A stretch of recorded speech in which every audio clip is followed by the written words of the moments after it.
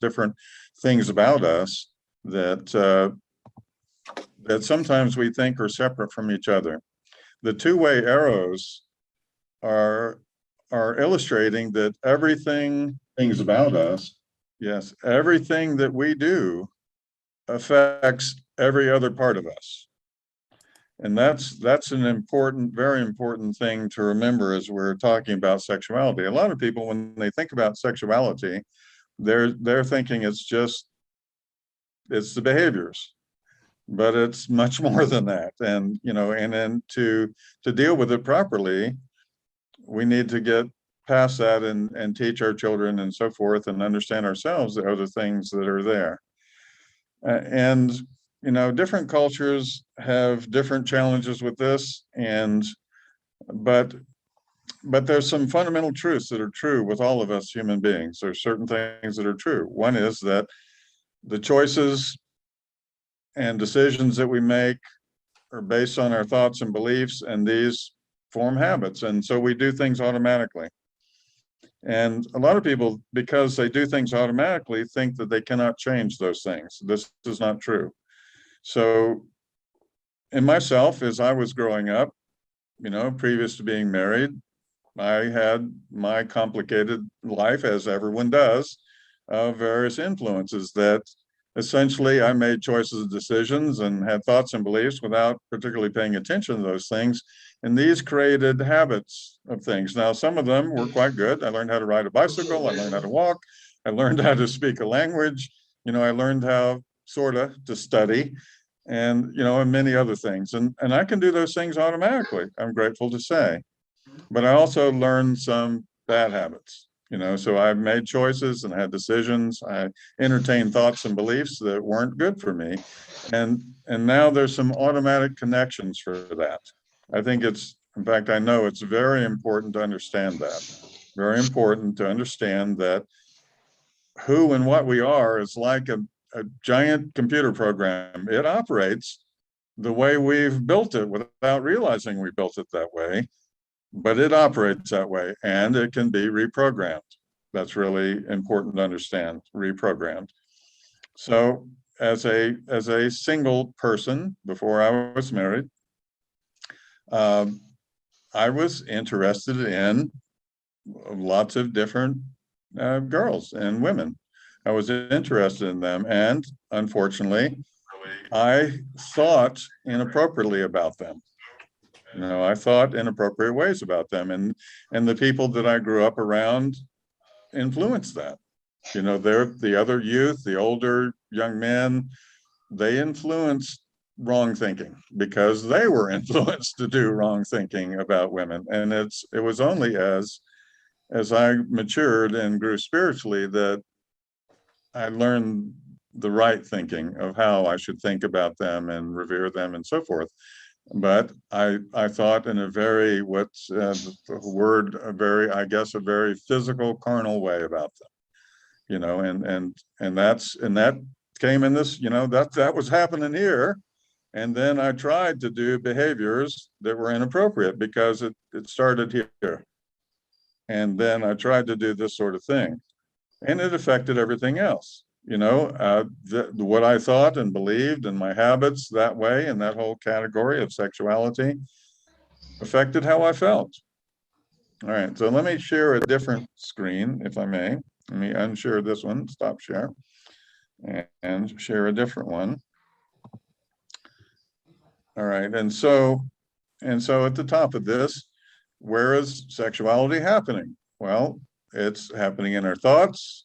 It's happening in our beliefs, it's happening in our emotions, it's happening in our behaviors and our biology. Now, what do we really have control of is often the thing. What do we have control of? Well, we can choose what we think about. A lot of people don't believe that they can. And I chose to think about what seemed fun and exciting, but was inappropriate for me to think about in relationship to me being single and sexual things. I chose to think things, and those things affected my biology. In other words, I had arousal by thinking thoughts that were not appropriate. I had certain beliefs that it was okay to think those thoughts and that there would be no bad consequence of doing those things, of which there is. And, and I liked it. My emotions were at play, and I engaged in certain behaviors that I should not have engaged in at that time. Fortunately, they weren't the worst of behaviors, but they certainly weren't appropriate behaviors. And all these things were at play. It's very important to realize that they are, and they all affect each other. But it doesn't start here. Here's where it starts. Here's where it starts. And it affects these things. So the more we're going the wrong way here, the easier it is to go the wrong way here. Here's another thing about sexuality that a lot of people don't understand, and I wish that we all understood it. First of all, sexual arousal is genetic. It is built into our bodies. And some of us, that's very weak, and some of us it's very strong, and then it's everything in between for us as human beings. But it's genetic. It's built in there. It is, however, our sexual targets, that is what we learn to focus this on. We learn that through a complicated unconscious process as we go through life. It can be understood, but it takes some learning and things to understand that, of how that occurs. But it occurs without us realizing what we attach to targets as targets for our sexual arousal. So, and I will go and entertain some questions in this area. And unfortunately, we as human beings can make anyone or anything our target without realizing we have done that. And as we choose to associate a person, types of persons, even objects and other things, which, I don't wish to talk about at this point, but will when we get to the question sort of area.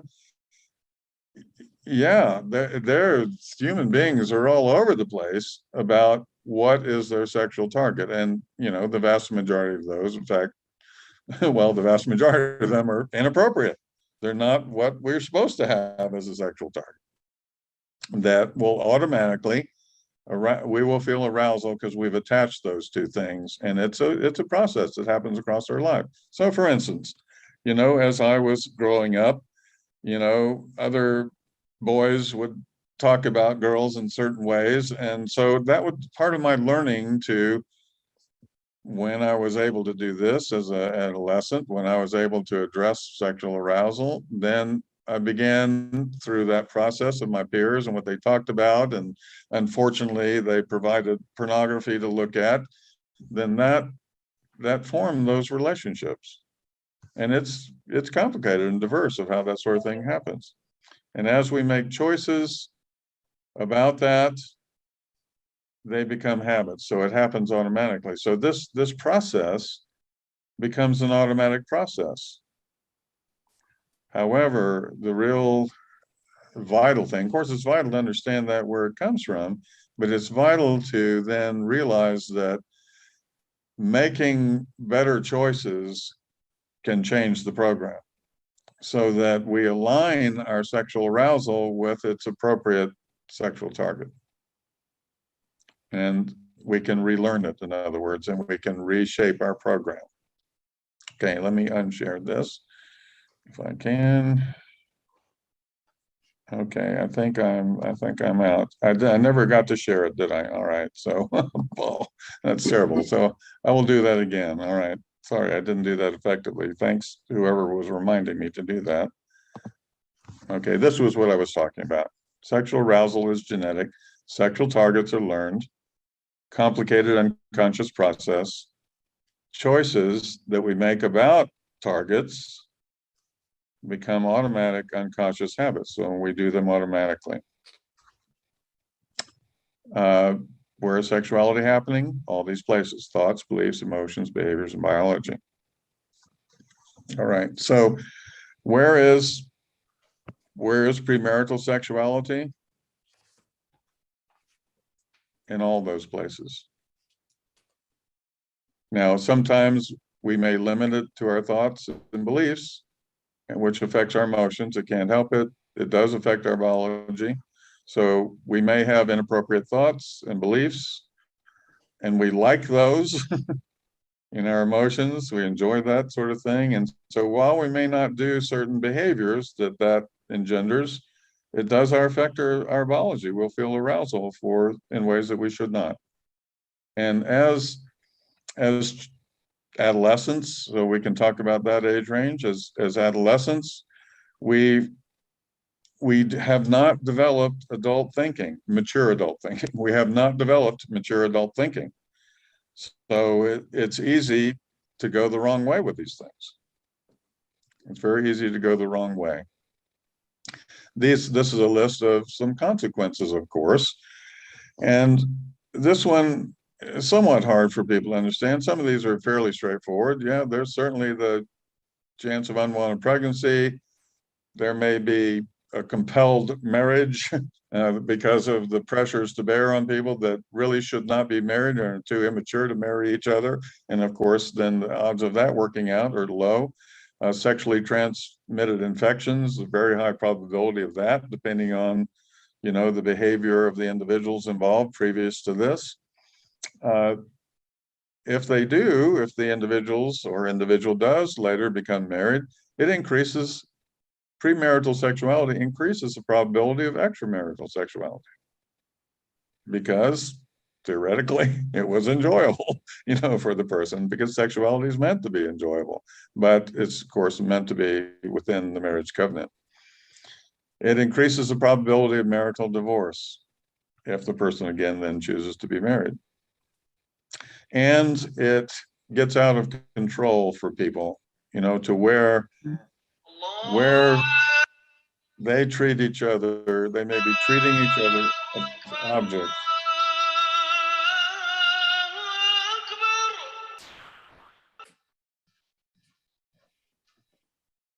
I'm sorry, I was getting some sound. Okay. So questions, I've raced through some really fairly strong things. I would love to entertain some questions about that, if that's appropriate. Yes, Dr. Nowell. From your observation, has society embraced premarital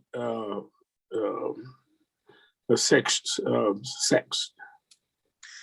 And so, let me speak to, and I don't have a total grasp of the various subcultures of the United States, although I do some. I strive to understand all of the different cultural nuances of the United States, and I know some in other countries and places in the world. Generally speaking, yes, the answer to that is yes. It is trending towards that's okay. It is trending towards that's okay, and that's terrible. Quite frankly, that's terrible, because here are the consequences.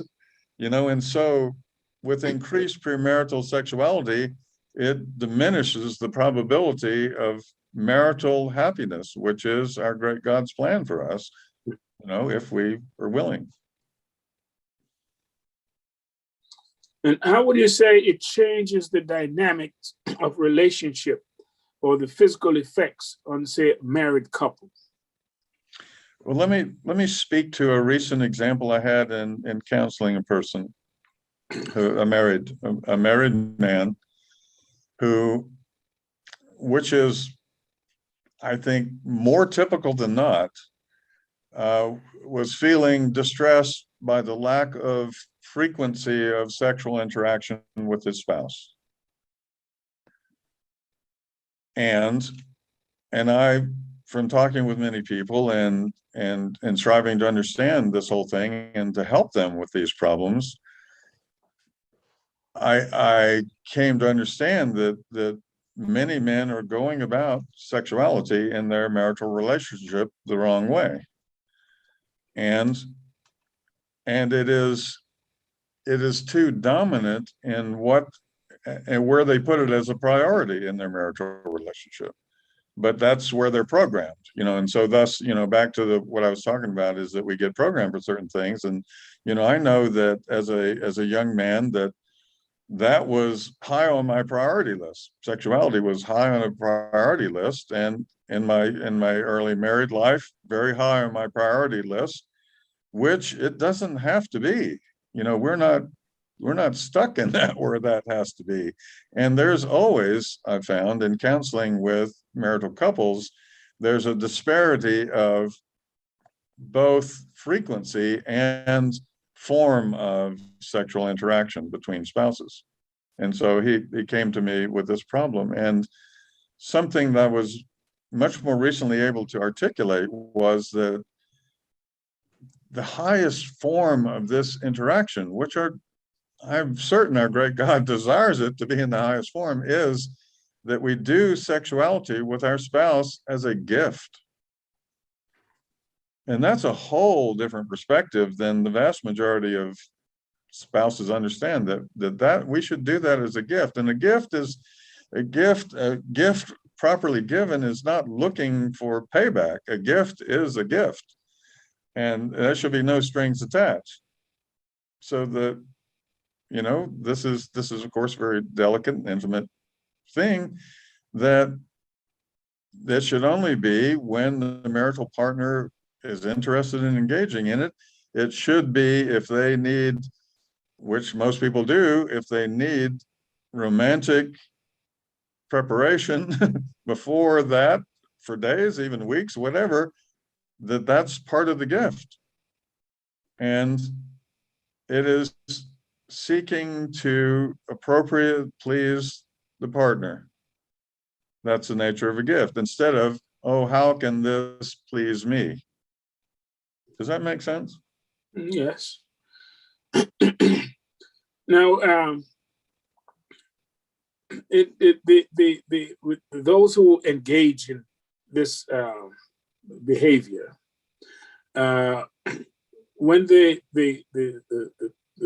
are married and have a marriage relationship, marriage environment, does the thoughts of that comes from this prior activity, does it create like suspicion in the marriage? Yes. So let me thank you, and excellent question. I don't know if you watch movies. Do you watch movies? Not often, sir. No. Did you ever see a movie you had wished you had not seen? Yeah, as a young man, yes. Yes, me too. Me too.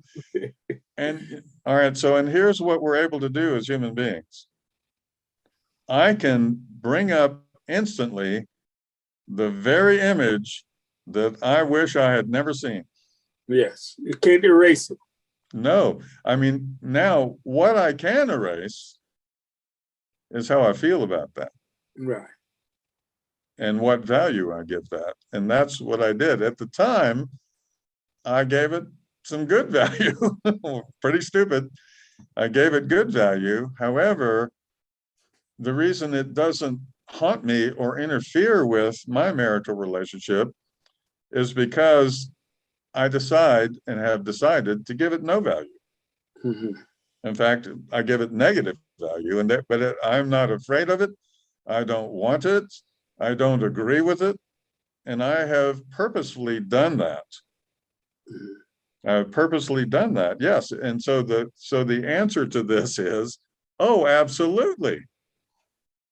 Does our premarital sexuality of any form, and there are massive different forms of this, of any form, does it affect our marital sexuality? Oh, absolutely. Oh, absolutely. And so probably the worst thing of this, and this falls in with, with pornography and or just are thinking about someone else as an object of our pleasure. Now, we are all human beings, and we all have infinite value. And if we think about anybody as just an object of our gratification, we're doing the wrong thing. Yes. And that, unfortunately, when a person partakes of pornography, when they engage in premarital sexuality, it's about that.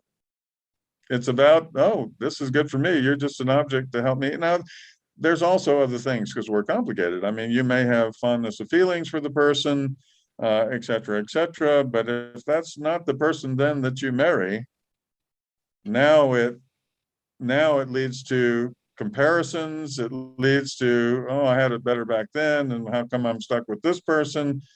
Now we're weakened. We are weakened until we can clean that up. And a lot of people don't realize they need to clean that up out of themselves. Yeah. Is that, did I kind of make sense? I hope so. Yes. It have, sir. The correlation between premarital relations and the incidence of divorce. How is there a correlation? Yes.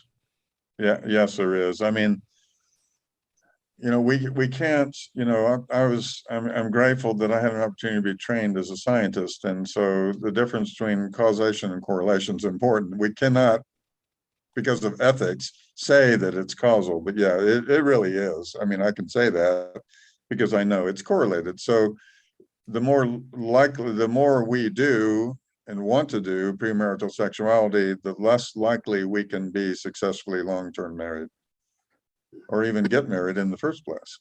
Yes.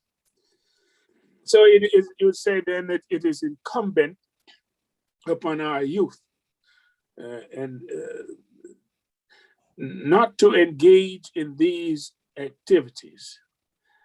Yes, and it's long impact could be severely, you could say, could paralyze a person's life. It cripples them. Yes. It cripples them. It really does cripple them. I mean, I know, just from my own wrong thinking about things, when I got married, I mean, I nearly messed it up. Fortunately, I didn't, because my wife was aware of my stupidity. I mean, I nearly messed it up, because of my form of thinking. I had, my form of thinking wasn't where it should be at that point.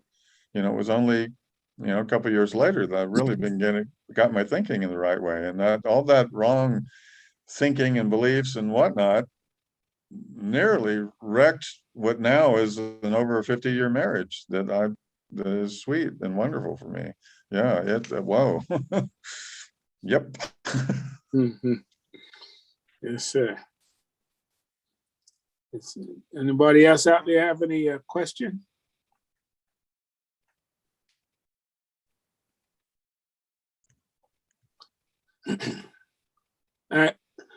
Excuse me. I have, if I could reach back into the recesses of history, I'm not sure if you have done any studies in this particular area, Dr. Nowell, and get a piece of a puzzle from there and put it in the current situation that we are faced with in our society today. Back in 1807, the United States Congress passed legislation that abolished the importation of slavery into the United States. It went into effect, I think it was 1808. Thereafter, a lot of the southern states embarked upon what was called a breeding program of enslaved people to fill labor shortages caused by the abolition of the Atlantic slave trade. According to Wikipedia, it includes coercive sexual relations between men and women or girls, forced pregnancies of enslaved women, and favoring women or young girls who could produce a relatively large number of children. Now, what impact do you think this practice have on premarital sex, extramarital affairs in the society today? Do you think there is any kind of carryover from this historical event? I believe so. Things like that, again, it's, there's apparent correlation. It's impossible to say that caused that, but the likelihood of, yes, there's segments of our population that, because of their specific cultural past experiences, it carries forward. It does generationally carry forward. I have no question whatsoever, no question. From one generation to the next. Oh, from one generation, yes, absolutely, one generation to the next. And there's those subcultures who have insisted on a more correct view of sexuality and family life, and the necessity to have wholesome family life, and to help the children who are not adults yet really not try to be adults yet, but just to learn how to be adults, and very carefully, and then fall within some really particular guidelines.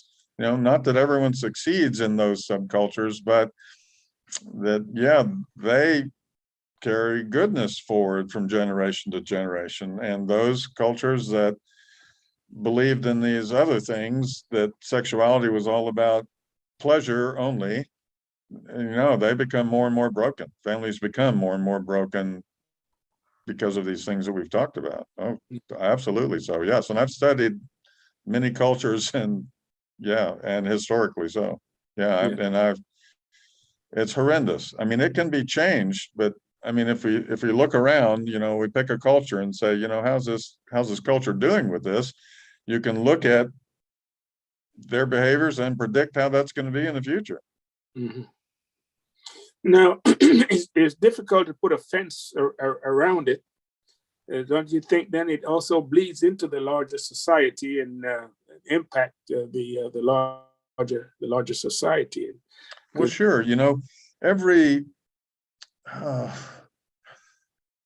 I've encountered several subcultures, some of those overseas, and others, in the United States, that have kind of a collective self-esteem issue.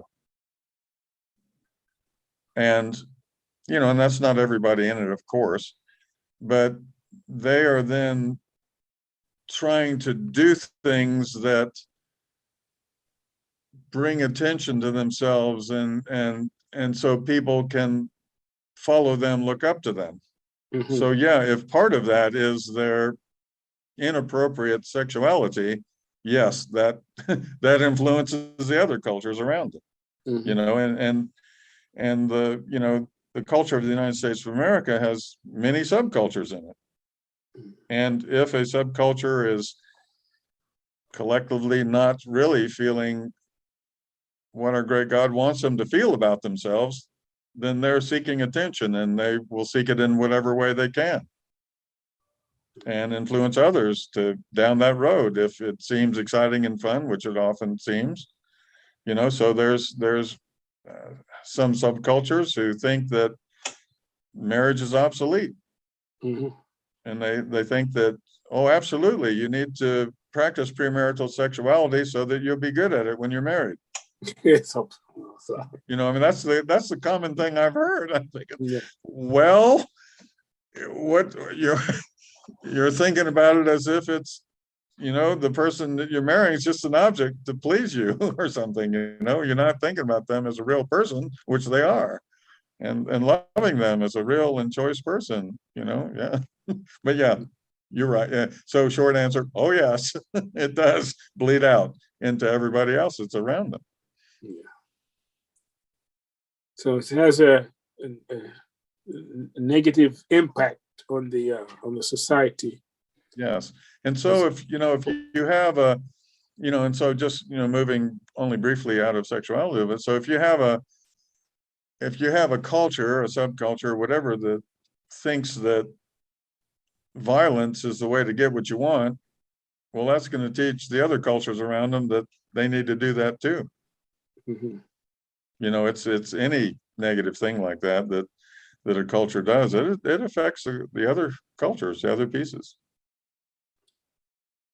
And it's, of course, the media helps spread that. We can spread that spread that influence around so effectively.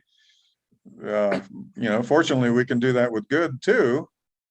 But there's plenty of bad being spread around. I mean, probably the vast majority of media is being used for bad ends that are destructive to families and marriages and cultures. The goodness of culture is being destroyed by that influence that people are actively doing for money or fame or whatever the reasons they're doing it. Yeah. Now, another question: the impact with the media, the television in the homes, and some of the things we see on television that's being advertised on television. What impact does that have on young children, the minds of children? One of the problems that each of us human beings has is that at times we have much too limited experience, or at least knowing what's going on.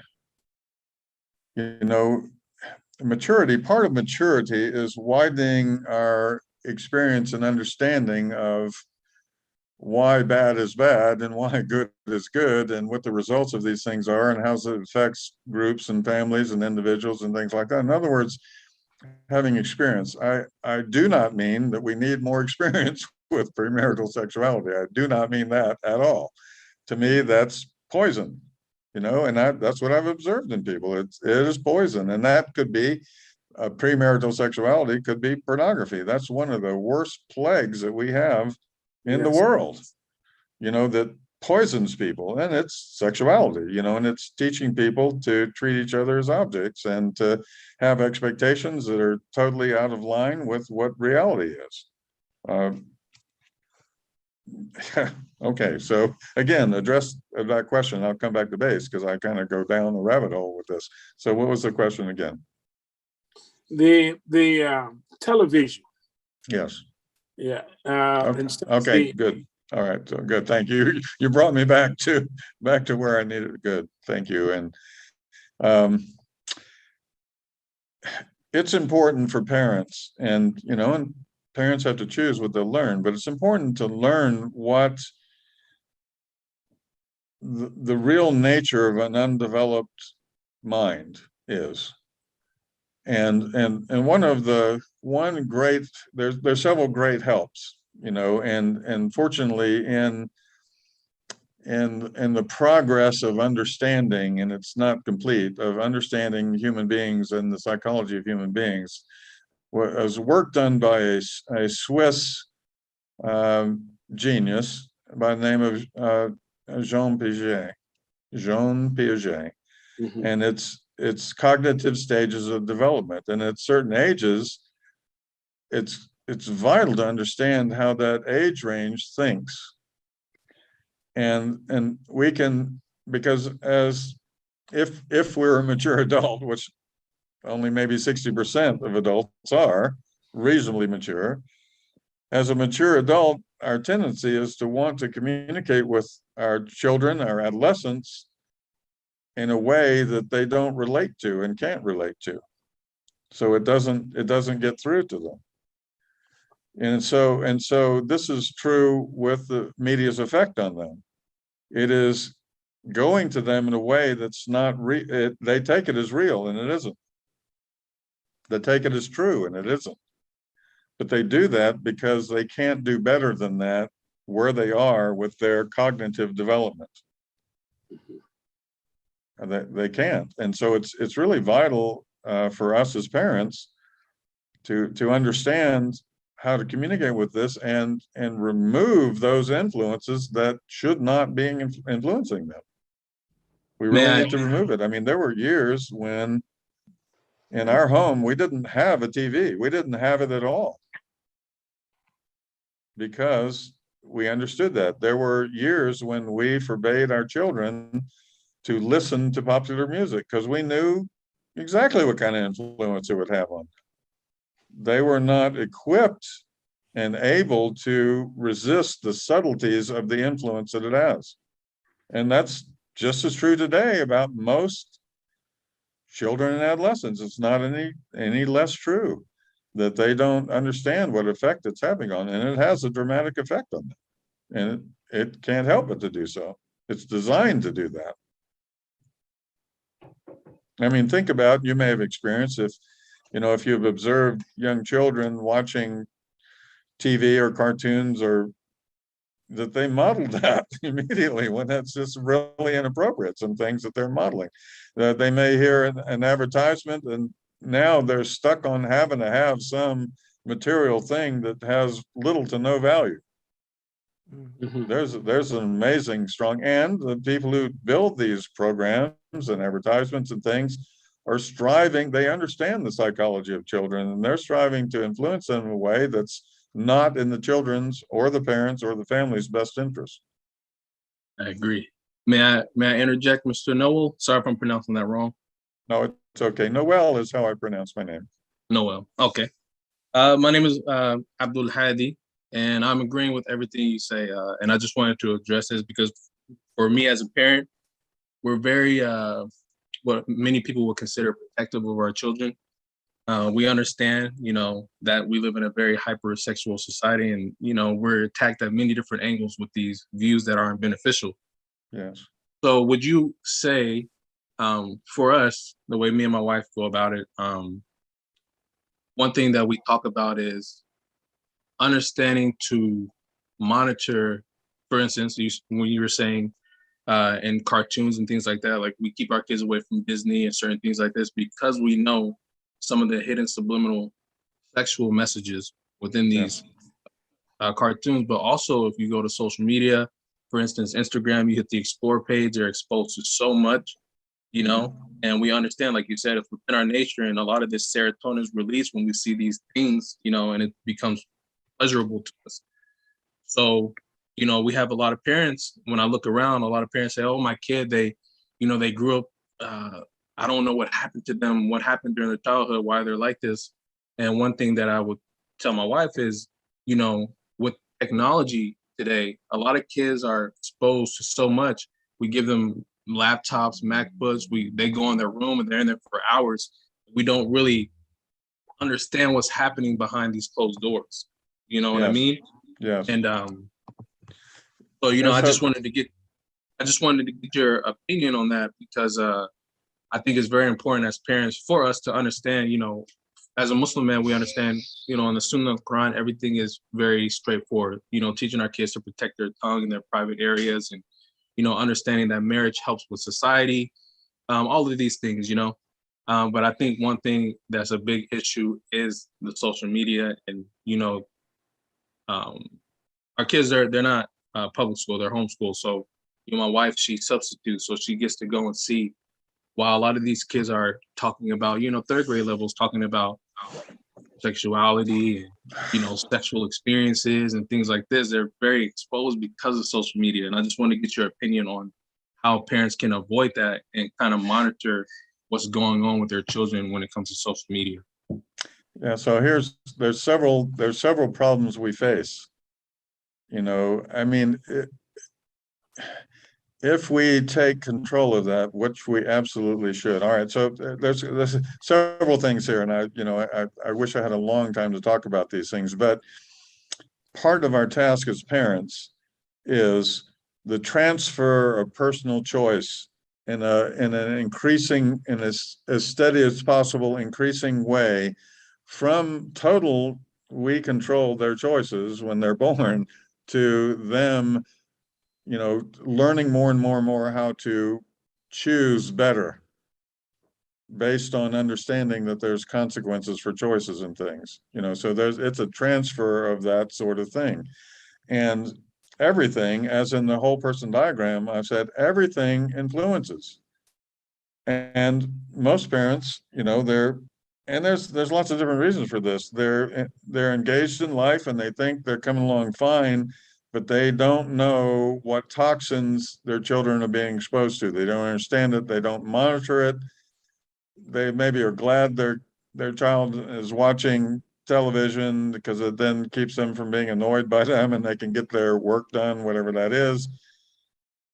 And society looks at those parents who exercise an understanding, a full as possible understanding as they can of what's influencing their children and limiting the toxins, helping the children learn gradually how to make choices about those things and to put their interests in proper places.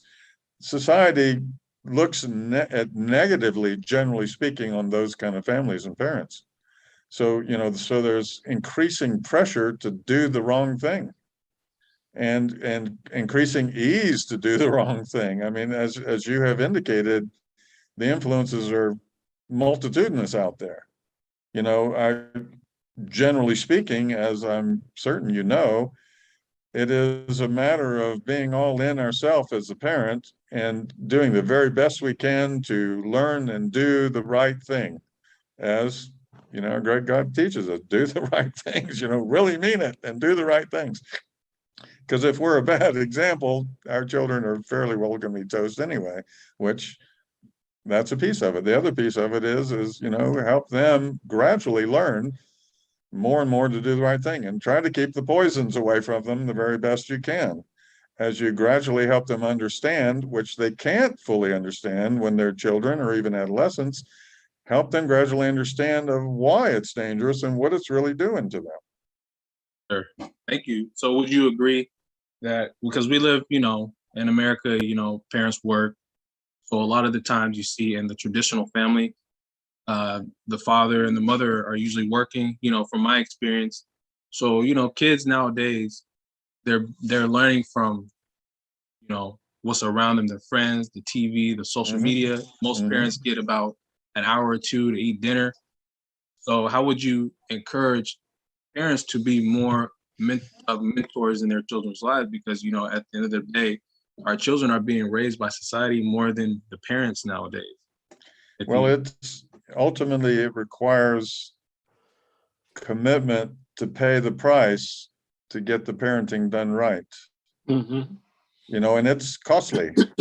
I mean, I grew up relatively poor. I was determined to get an education and things. My wife was very competent when we had no children. She was a very competent person, would have risen high in her profession because she is very skilled and competent at that. But because we knew what our great God required of us, if we were going to be parents, she did not work. She did not work outside of the home. She chose to make that sacrifice. And I chose to do everything I could to help her be effective in that and be there as much as I could be.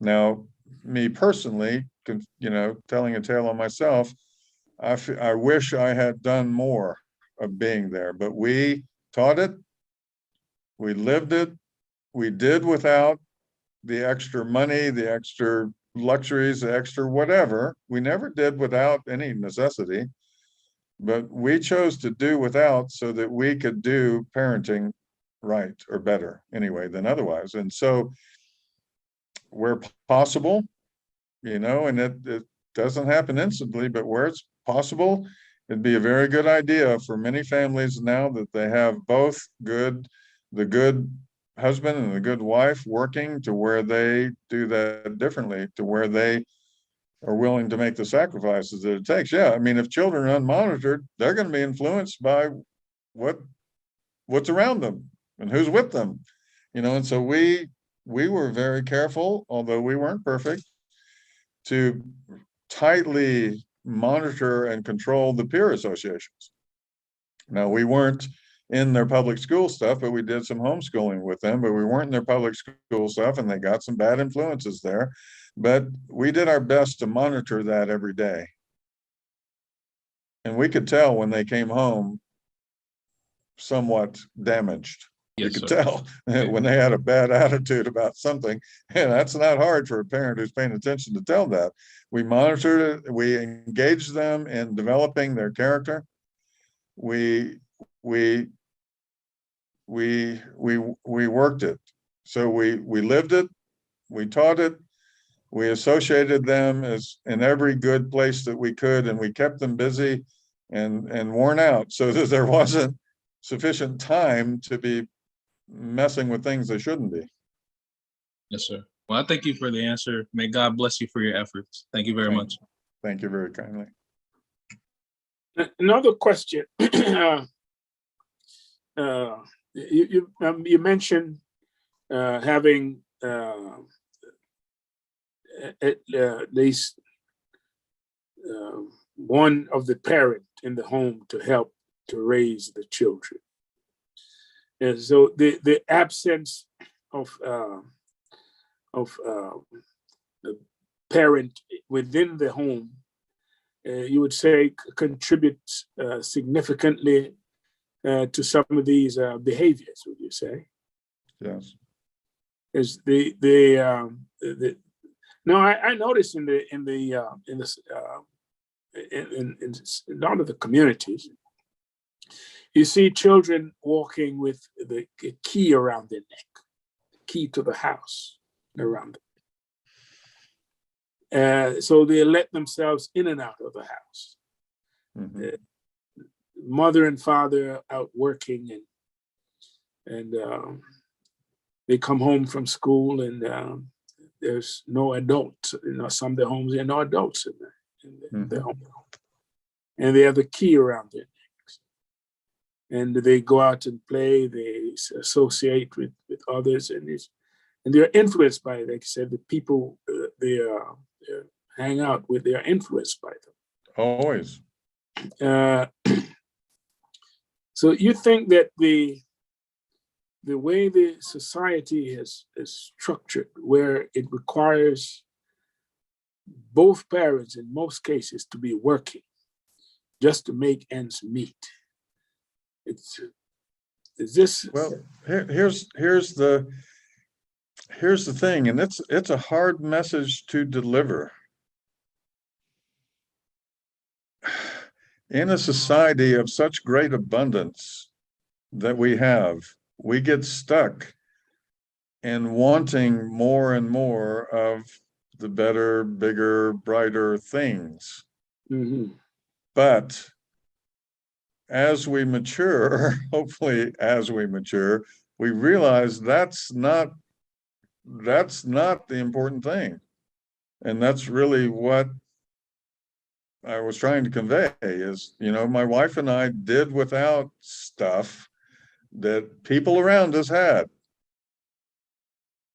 And in my academic life as a professor, the married professors, they had more stuff and bigger homes and things because they, typically was a professor married a professor or a professor married a doctor or whatever. They had a lot more stuff than us, and they had a lot nicer stuff and a lot newer stuff than us. But fortunately, at a younger age, we were blessed to understand that while we wanted those things, and probably people thought less of us because we didn't have stuff like them, that our children were more important. And so they were more important than that. And we get suckered into thinking we need more stuff than we really need. And there's a lot of pressure on society that I was describing. People think ill of us. They think we're losers or whatever if we don't, we don't have this and we don't have that. And, and we fall prey to that. And then we, unfortunately, we're not there for our children. And we can't guarantee that they're going to not choose wrong because they are able to choose, but we can sure increase the odds that they will choose right if we're willing to sacrifice stuff to be there for them. Yeah. Now, I'm ever so grateful that I was blessed to marry a wonderful woman who is my sweetheart, who was willing to sacrifice her professional life and her education and those things. I mean, she self-educates, of course, but to sacrifice those things so that our children could be maximum blessed and have every chance to learn and do the right things better, and to reduce the monitor, to reduce the, to advocate for our children in school. And my wife did that, and I did that some, but she carried it, and it's because she chose to sacrifice. And I chose then to work and provide as hard as I could so that she could be at home. And that's a tough choice. But a very Tough choice. a very significant investment. Hello? Okay, I didn't hear your words. I think our internet connection is having a little struggle. Yes, I said, but that was a very significant investment. Yes, it's an investment, and I accumulated retirement funds and various working things that I did, but we took our retirement funds out to invest in our children's development. A lot of people won't touch those funds because they're just for us. We sacrifice that, trusting that we would be blessed for it. We'd be blessed for it. We trusted, and so we tapped into it to gifts and talents, to explore their appropriate interests, to be able to be with better peers. We spent money that other people didn't and wouldn't spend on that thing.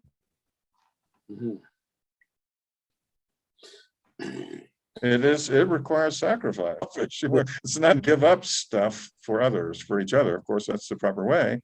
That's where real change happens, with honest sacrifice for the well-being of someone else. I mean, that changes you and develops you as a person to do that, and of course brings better benefits typically for the people that you're doing that for. So investment in our children,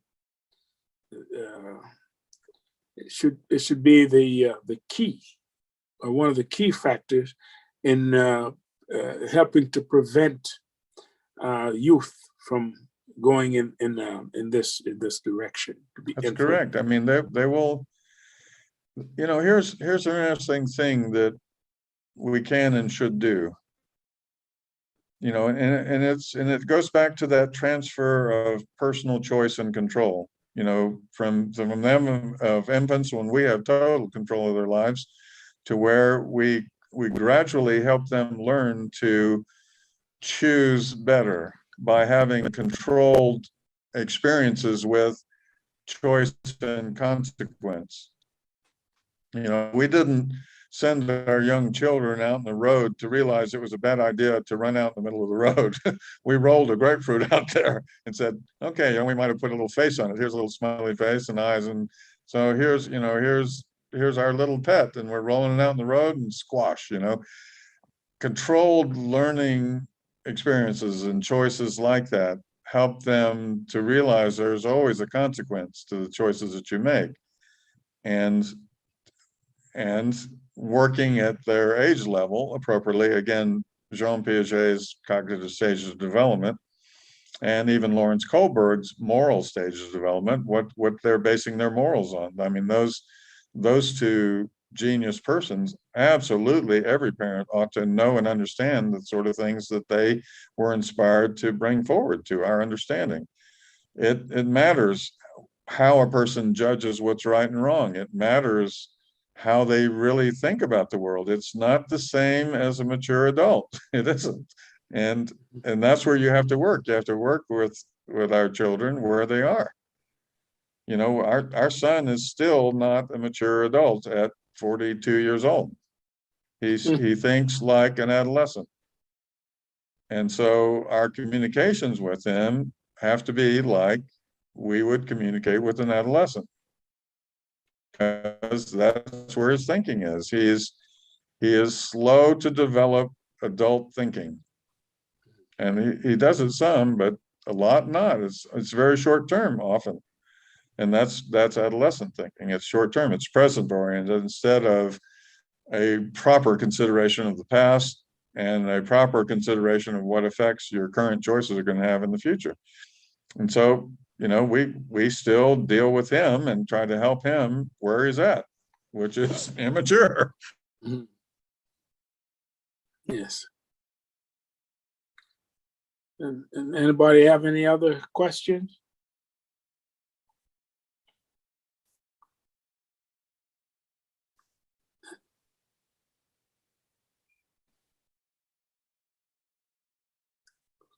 Okay. Any other questions?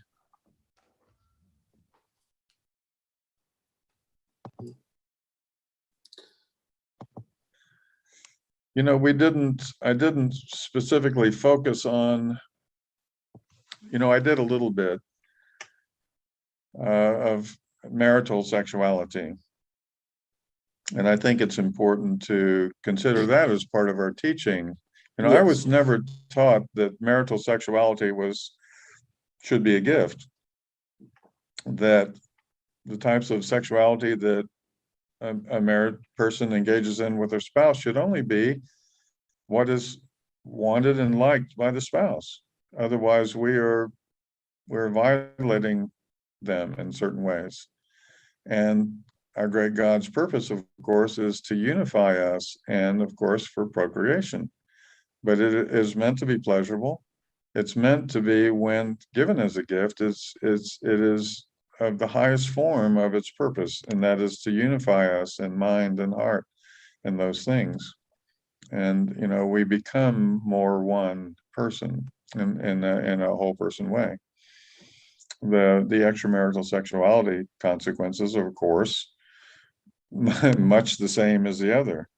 And I've talked with various people who have violated this. It's hard to survive, for a marriage to really survive. I mean, some marriages, one recent one I'm thinking about that I dealt with, the spouse knew for 2 decades that her spouse was being unfaithful, and he just was superficial in the family, and he was abusive at home and things because he did not value his wonderful, sweet spouse. She's not perfect woman, but just a really good woman. And he, for him, I guess sexuality was just something for his pleasure, and he didn't mind where he went about doing and getting that sort of thing. And he then, of course, devalued his own spouse. And if we devalue each other, then it's already wrecked. It's already wrecked. It's just that she tried to make it last a lot longer than maybe even she should have. And it damaged the children. We were talking about the generational effects. The children were damaged by this, even though he probably didn't throw his behavior in their faces.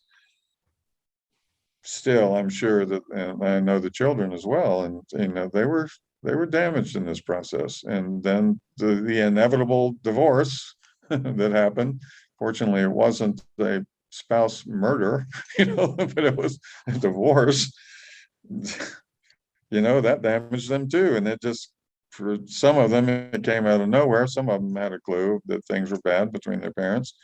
And that, I mean, it's like the influence I had as a child. I didn't see marriage as anything important. I saw my mother remarry 4 times and fail 4 times. I saw my brother marry 4 times and fail 4 times. And that's the only example I had.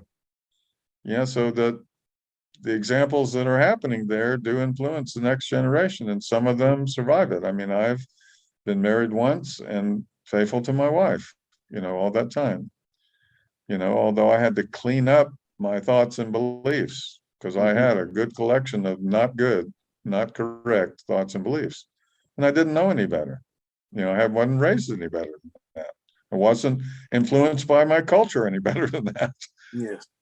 And unfortunately, then that, I had a mess in there that I had to clean up. And the good news is you can clean it up. Yes, sir. Well, Dr. excuse me, Dr. Nowell, I want to thank you very much for taking time out of your busy schedule to share with us your extensive knowledge and some of the ills we have in our society, particularly as it relates to premarital sex and extramarital affairs, and on the psychological and intellectual security of the family. I think we have benefited tremendously from what you have shared with us, and dealt with it in such a very beautiful way. And want to thank you very much for coming out and sharing with us your expertise. So you're very welcome, and only a single concluding thought. If we as parents, if we as spouses really want to do the right thing, our great God will help us do it. That I know. And no matter what mistakes, errors, failings happen along the way, if we really want to do the right thing as a spouse and as a parent, our great God will help us do it. I know that. Yes. Thank you so much. Sincerely hope that we are able to guide our youth and our families in the right direction, and provide information to help them to make good decisions, and decisions that are positive and impact us in a positive way as we grow and develop, and as we transmit information from one generation to another, and transmit culture from one generation to another, that we transmit the best of our culture, the best of our character and manners and behavior. So I want to thank you very much, sir, for doing such a wonderful job I feel honored to have the privilege to share with you. Thank you. Yes. Yeah. Yes, Thank you. Thank you, everybody. Thank you, Dr. Brain, for your time, your tremendous information. We're blessed today by you. And thank you, Brother Usman, for your tremendous management for the session. Thank you, everybody. God bless you all. Assalamu alaikum. Wa alaikum salam. وعليكم السلام. وعليكم السلام.